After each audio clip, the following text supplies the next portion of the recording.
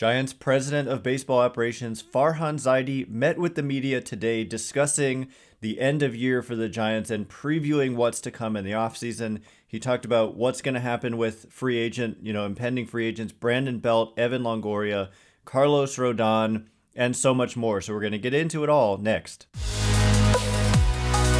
You are Locked On Giants, your daily San Francisco Giants podcast. Part of the Locked On Podcast Network, your team every day.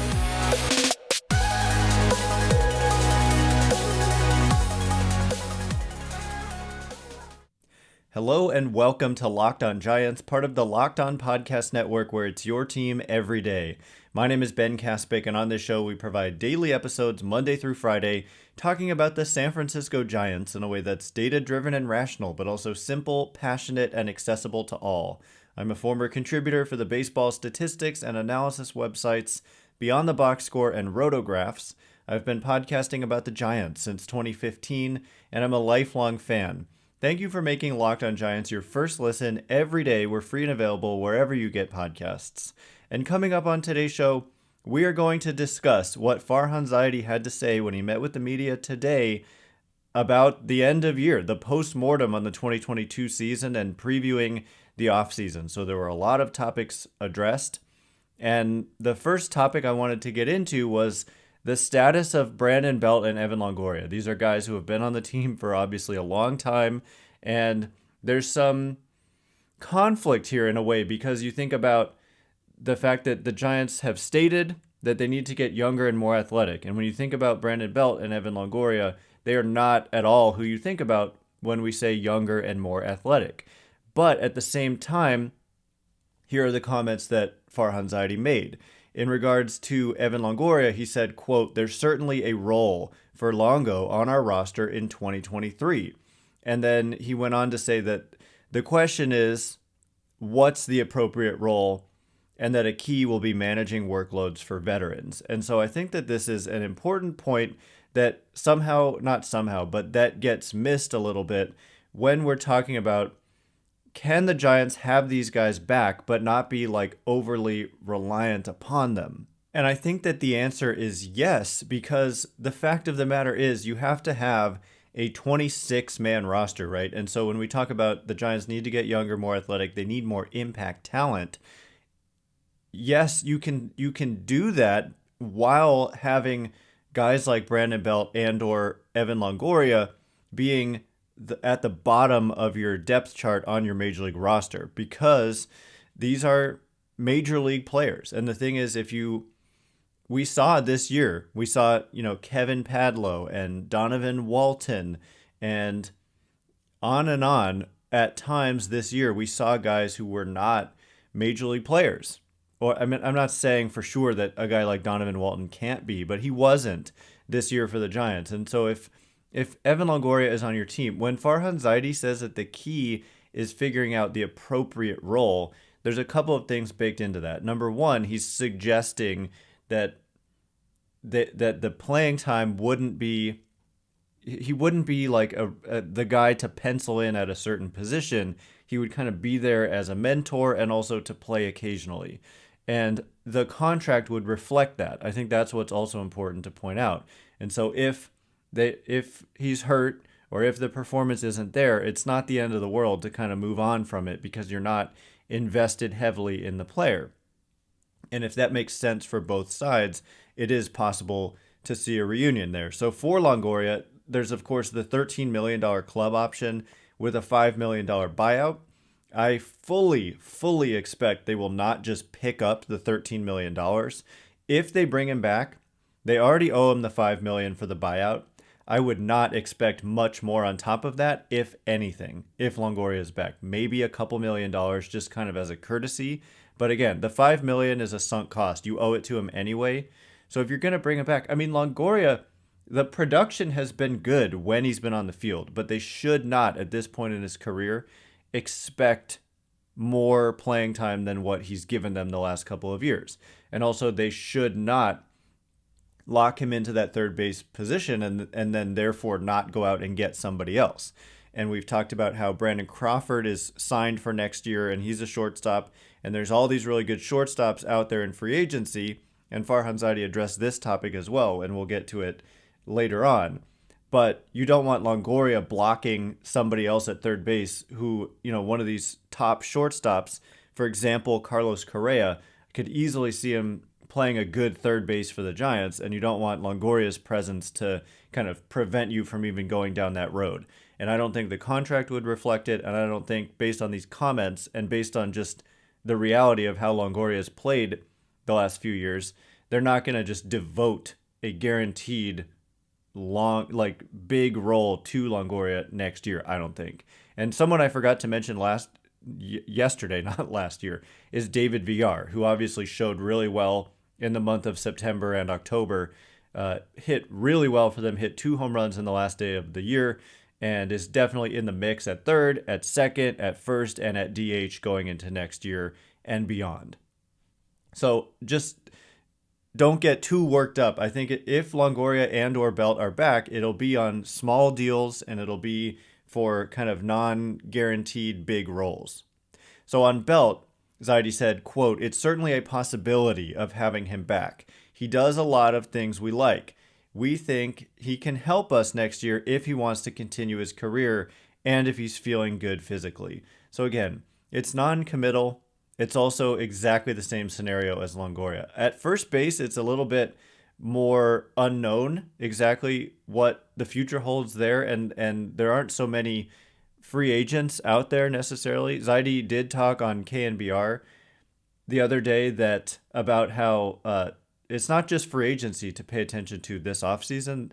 They want to get more athletic, and he's making the point, which is correct, that a lot of times in free agency, you're talking about guys who are in the second halves of their careers, and that's not necessarily how you get youth and athleticism. And so a trade or 2 or 3 or whatever may be the route the Giants ultimately end up going here. So when we talk about first base, I don't know. They're not going to just say, okay, Belt is our primary first baseman. That's way too big of a risk, and I just don't see that happening. So also, what is he going to say? No, we're not going to bring him back. He's not going to say that at this point, even if they weren't going to bring him back. But to me, there's just kind of not much here except what was expected. And in regards to starting pitching, it's kind of the same story. Carlos Rodon was addressed, and Farhan Zaidi talked about his opt-out decision. And then they also talked about Kyle Harrison, and you're not going to want to miss what Farhan Zaidi had to say about the young stud prospect Kyle Harrison. So we'll get into that in just a minute. But first, BetOnline.net is your number one source for football betting this season. Find all the latest player developments, team matchups, news, podcasts, and in-depth articles and analysis on every game you can find. And as always, BetOnline remains your continued source for all your sports wagering information with live betting, up-to-the-minute scores for every sport out there. The fastest and easiest way to check in on all your favorite games and events, including MLB, MMA, boxing, and golf. They've got free agency odds that we're going to be paying attention to throughout the season, off-season, I should say. They've also got postseason odds up right now for all these different series going on, postseason getting underway today. Sadly, the Giants aren't in it, but it is interesting to look at what's going on there at BetOnline. So head to betonline.net or use your mobile device to learn more. BetOnline, where the game starts. All right, as promised, we are going to discuss the comments about starting pitching from Farhan Zaidi, kind of like the position players. In some ways, there's like a hot clickbait type item in here, but it's ultimately not surprising what he said about Carlos Rodon.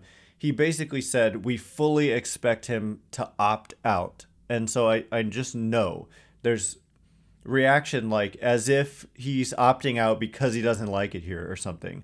But no, opting out is just a formality for Carlos Rodon given the season he just had. On the open market, he's very likely to exceed $100 million. He could if he wants to. Depends on what type of deal he wants. I would imagine Scott Boras' client, his age, his history, he's going to just try to get the most guaranteed money he can get. And almost certainly he'll be able to get north of $100 million. And so the player option, which it became when he surpassed 110 innings, was for $22.5 million next year. So if you're seeking the biggest guarantee you can get, and you're almost certainly going to be able to get over $100 million, why on earth would you accept $22.5 million?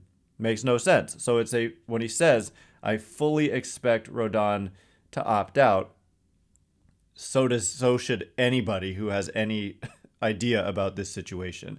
So it is not surprising, but the comments that Farhan Zaidi made about Rodon, it wasn't like, look, he's our number one priority. We want him back at all costs.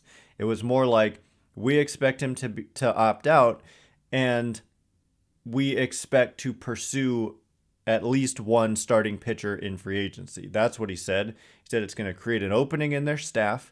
And he said in this KNBR interview I was referencing just earlier, that I think was from yesterday, that they want a top of the rotation arm. And so they've done this the last couple of years. Like Kevin Gausman left, got his 5-year deal, and then they bring in Rodon and got better production even than what the Blue Jays got out of Kevin Gausman.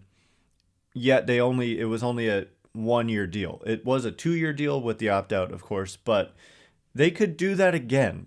They could let Rodon walk.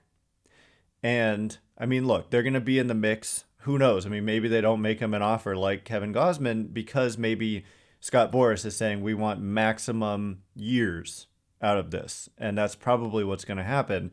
And so when you talk about, okay, who are some guys who could fill that role and kind of be the new Carlos Rodon, there are a few, but there's not that many. There's Jacob deGrom, there's Clayton Kershaw, and there's Justin Verlander. And for various reasons, I don't view the Giants as the most likely landing spot for any of those guys.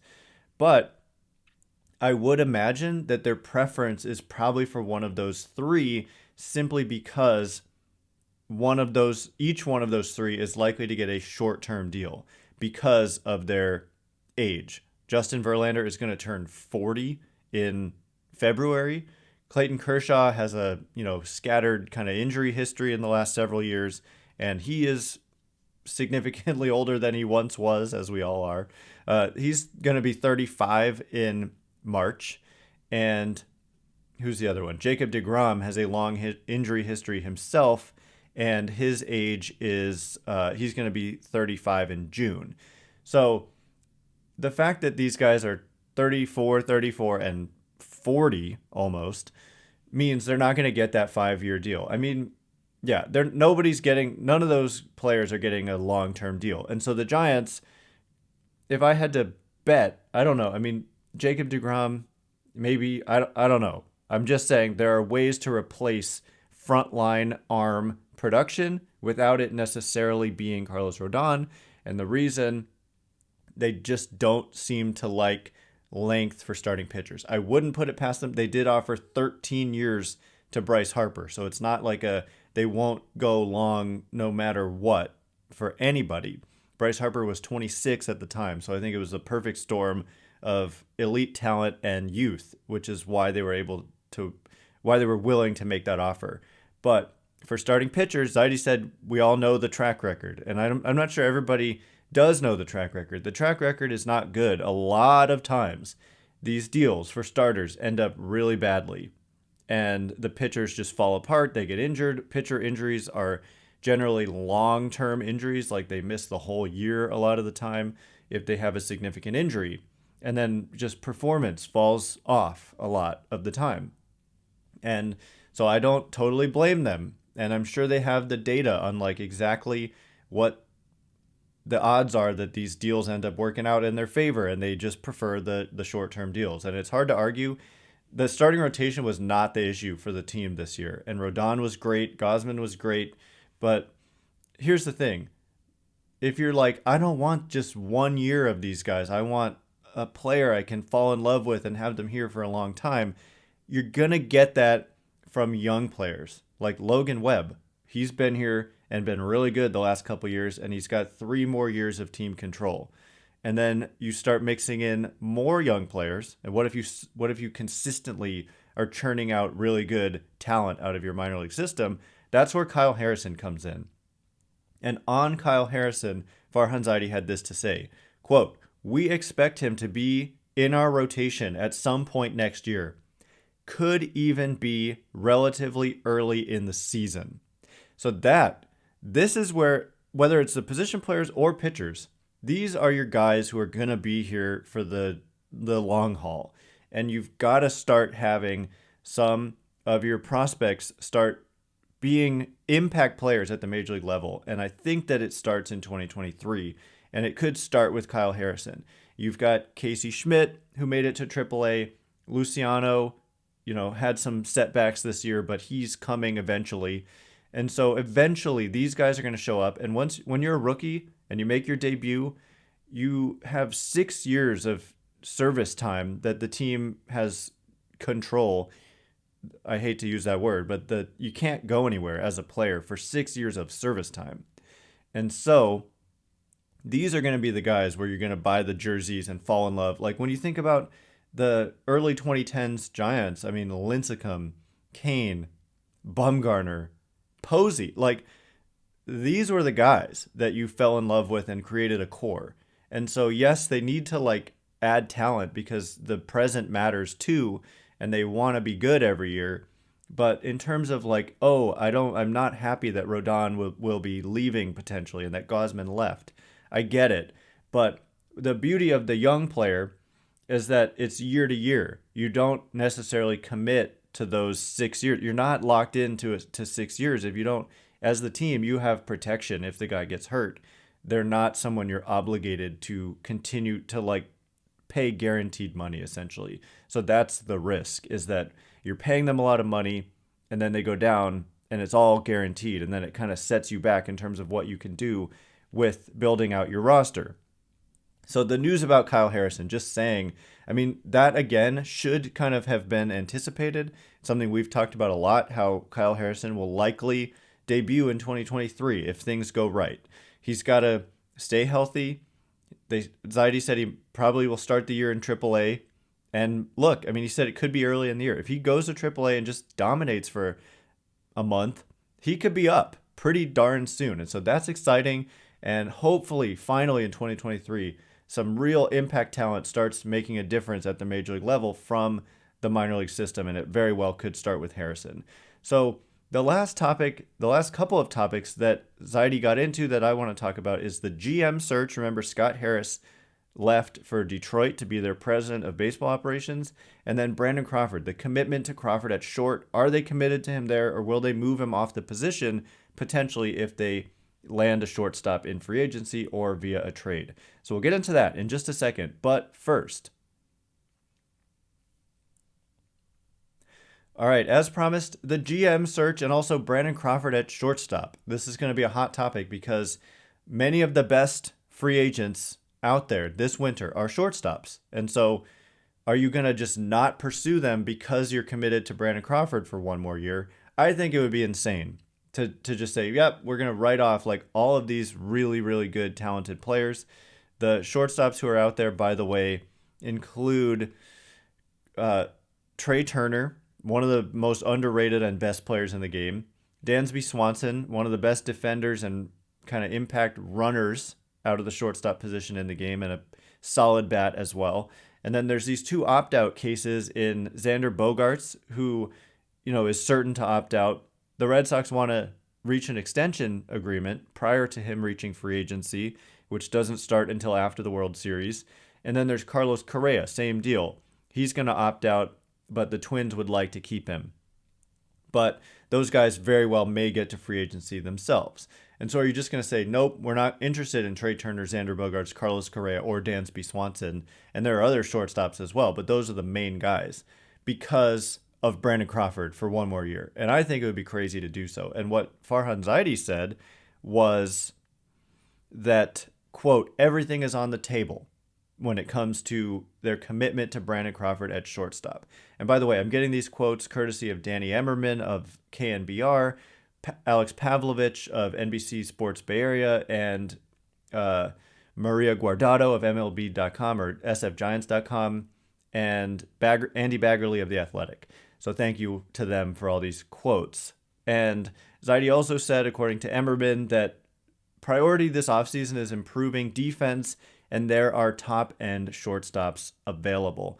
Zaidi also called Crawford the best shortstop in team history and said his defense wasn't an issue in 2022. And he's right. Crawford's defense wasn't an issue. And I think it makes maybe more sense to target a guy, whoever it ends up being. If it's Trey Turner, I think Turner could play second. Turner could potentially play outfield. He could probably play third just fine. But, I mean, especially second is intriguing because range is going to be more important with the banning of the shift. But, you know, Carlos Correa, with the arm that he has and the good hands that he has, I mean, he could play third, no question. And it's not so much a commitment to a position. Like, Crawford might get hurt, and then it's a non-issue. And you just slide whoever it is over to short. And I just don't think Crawford's bat plays enough to play at a non-shortstop position. This year, he was significantly below league average offensively, and so much of his value comes from playing short and playing it well. They're committed to $16 million to Crawford next year, and I don't know, I just wish it would be flexible. Like, Crawford should hopefully be a team player and willing to move if it helps the team, and somebody you target hopefully would be willing to understand that you've got Crawford, and maybe for 1 year you're not going to be the primary shortstop, and maybe starting next year you are. But maybe Marco Luciano comes up and he can play short, and maybe you as a free agent move somewhere else. I don't really understand this kind of selfish mindset of like, this is my position. I wish guys would be a little bit more willing to move around as it helps the team win, which should be priority number one. And I think Crawford ultimately, maybe his pride would be a little bit hurt, but Crawford definitely strikes me as a team player for sure. But that was what Zaidi had to say there. And in terms of the GM search, he said this on KNBR, and he said it again today, that they are going to hire most likely a general manager in the short term here. Like, it's going to happen soon. He said on KNBR, he said in the next few weeks. Today he said, quote, relatively quickly. We also had it reported that he said before the general manager's meetings, which take place after the World Series at some point pretty shortly thereafter. So we don't know who it's going to be. We can only speculate at this point, but they're certainly out there currently interviewing is what it seems like. And Scott Harris leaves for the Tigers, and the Giants are going to bring in a new general manager. He also said that it'll be great to have some fresh perspectives given how big this offseason is, and added that Buster Posey is one person, Buster Posey, of course, joining the ownership group, who will bring new thoughts and ideas. I mean, Posey was probably involved before, so I don't know how much more new thoughts and ideas he'll have. Zaidi has said that he's kind of leaned on Posey in the past. Last offseason, he referenced how Posey had a part in saying, we have a chance to sign Rodon, we should do that. And he also liked Thairo Estrada, reportedly, when the Giants played them in New York and Estrada was on the Yankees. So, yeah, I mean, Posey definitely has an influence on this organization, there's no doubt, and that's a good thing, and it'll be cool to see who is the next GM of the Giants. Anyway, that was all that Zaidi had to say, basically, and that is all the time we have for today. Thanks again for making Locked On Giants your first listen every day. Now make your second listen the Locked On MLB podcast. MLB expert Paul Francis Sullivan brings humor, passion, and unique perspective on every team and the biggest stories around the league. Follow the #1 daily league-wide podcast, Locked On MLB, on the Odyssey app, YouTube, and wherever you get podcasts.